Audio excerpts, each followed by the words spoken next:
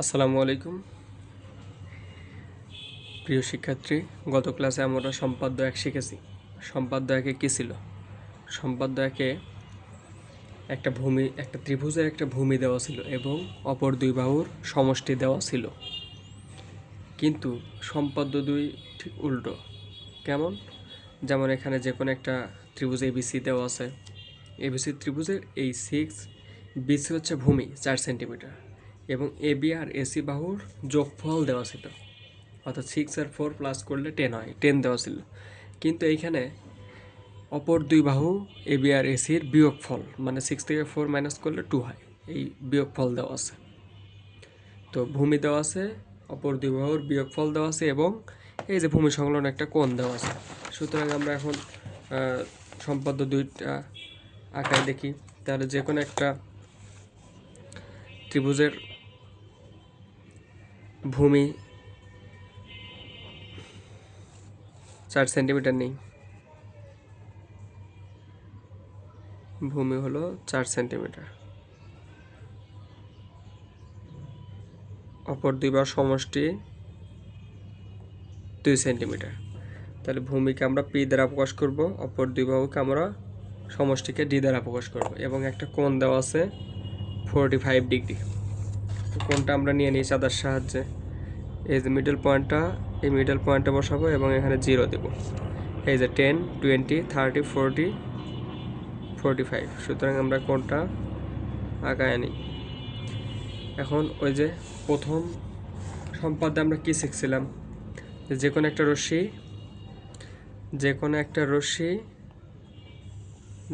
রশ্মি কি নেই, বিই নেই। তাহলে আমরা যে কোনো একটা রশ্মি বিই নেই। বি রশ্মি থেকে এই যে ভূমি পি এর সমান করে বিসি রেখাংশ কেটে নেই। তাহলে এ পর্যন্ত আবার বলে, যে কোনো একটা রশ্মি বিই নেই, বি থেকে ভূমি পি এর সমান করে বিসি রেখাংশ কেটে নিই। বিসি রেখাংশের বি বিন্দুতে এই যে এক্স কোণের সমান করে একটা কোণ আঁকাবো। এক্স কোণের সমান করে একটা কোণ অঙ্কন করি। এক্স কোণের সমান করে একটা কোণ অঙ্কন করব। এরপরে এই মাপটা নিতে হবে। এই যে এই মাপটা নিয়ে এই যে এখান থেকে এভাবে কেটে দিব। তাহলে আমরা কি করলাম, যে কোনো একটা রশ্মি বিই নেই, বিই থেকে পি এর সমান করে বিসি রেখাংশ কেটে নেই এবং বি বিন্দুতে এক্স কোণ দেওয়া ছিল, এক্স কোণের সমান করে একটা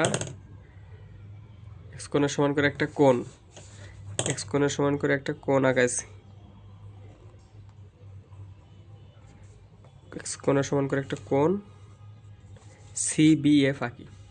তাহলে আবার বলি, যে কোনো একটা রশ্মি বিই নেই, বি থেকে পি এর সমান করে বিসি রেখাংশ কেটে নেই। বিসি রেখাংশের বি বিন্দুতে এক্স কোণের সমান করে কোণ সিবিএফ আঁকি। এখন এই বিএফ রশ্মি থেকে কি করব, ডি এর সমান করে, কার সমান করে, ডি এর সমান করে ডি কত দেওয়া ছিল, ডি 2 সেন্টিমিটার। ডি এর সমান করে কি করব, এই যে এইভাবে এই বিন্দুতে বসানোর পরে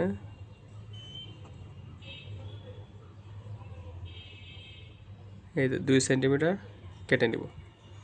এরপরে কেটে নিলাম, বিডি রেখাংশ কেটে নিলাম। এখন সি কমা ডি যোগ করে দিই। এখন এই সি বিন্দুতে এই সিডিএফ এর সমান করে, কার সমান করে, সিডিএফ এর সমান করে, অর্থাৎ এই কোণের সমান করে এখানে একটা কোণ অঙ্কন করব। এই কোণটা অঙ্কন করি। তাহলে এইখানে কোণ অঙ্কন করার জন্য আগে এখান থেকে একটা মাপ নিতে হবে। এখান থেকে একটা এই যে মাপ নিয়ে এই দিকে বৃত্তচাপ আঁকাতে হবে। তারপরে এখান থেকে মাপ নিতে হবে। এই যে এইভাবে মাপ নিয়ে নিয়ে তারপরে এখান থেকে কাটতে হবে। এরপরে এই বিন্দু দিয়ে অর্থাৎ যেই কোণটা আঁকালাম সেই বিন্দু দিয়ে এই যে এখানে এ বিন্দুতে ছেদ করলো। কোন বিন্দুতে ছেদ করলো? এ বিন্দুতে ছেদ করলো। তাহলে এবিসি হচ্ছে নির্ণয় ত্রিভুজ। তাহলে আমরা এখানে প্রথম থেকে বলি, যে কোনো একটা রশ্মি বি নিই, বি থেকে পি এর সমান করে বিসি রেখাংশ কেটে নিই। বিসি রেখাংশের বি বিন্দুতে এই যে এক্স কোণের সমান করে কোণ সি বি এফ আঁকি। বি এফ রশ্মি থেকে ডি এর সমান করে বিডি রেখাংশ কেটে নিই। বিডি রেখাংশের এই যে সি ডি এফ, সি বিন্দুতে সি ডি এফ অর্থাৎ এই কোণের সমান করে কোণ ডি সি এ আঁকি, ডিসি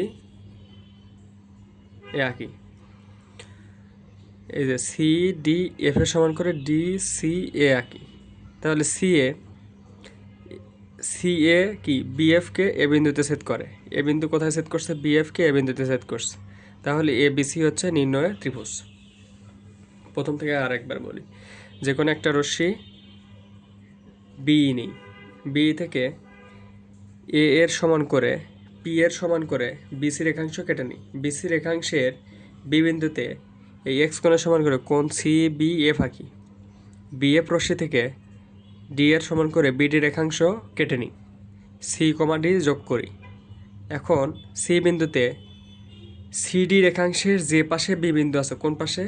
সিডি রেখাংশের যে পাশে বি বিন্দু আছে সেই পাশে কোণ সি ডি এফ এর সমান করে কোণ ডি সি এ আঁকি। তাহলে এই যে এ বি সি হচ্ছে নির্ণয় ত্রিভুজ। এইভাবে তোমরা লেখার চেষ্টা করবা। যদি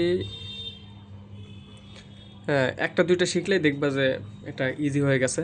নিজে নিজে লেখার চেষ্টা করবে। আমি যেভাবে বললাম লাস্টে আর একবার বলে দিই, যে কোনো একটা রশ্মি বি নেই, এভাবে লিখব। বি থেকে পি এর সমান করে বিসি রেখাংশ কেটে নিই। বিসি রেখাংশের বি বিন্দুতে এক্স কোণের সমান করে কোণ সি বি এফ আঁকি। বিএফ রশ্মি থেকে ডি এর সমান করে বিডি রেখাংশ কেটে নিই। সি বিন্দুতে কোণ সি ডি এফ এর সমান করে সিডি রেখাংশের যে পাশে বি বিন্দু আছে তার বিপরীত পাশে ডি সি এ আঁকি। তাহলে এ বিসি হচ্ছে নির্ণয় ত্রিভুজ। যেভাবে বলছি এভাবেই লিখতে হবে। তাহলে ইনশাল্লাহ এই সম্পাদ্যগুলো একদম ক্লিয়ার হয়ে যাবে এবং কয়েকবার আঁকাবা, ইনশাল্লাহ সম্পাদ্য ক্লিয়ার হয়ে যাবে এবং সহজভাবে বুঝতে পারবে। আল্লাহ হাফেজ।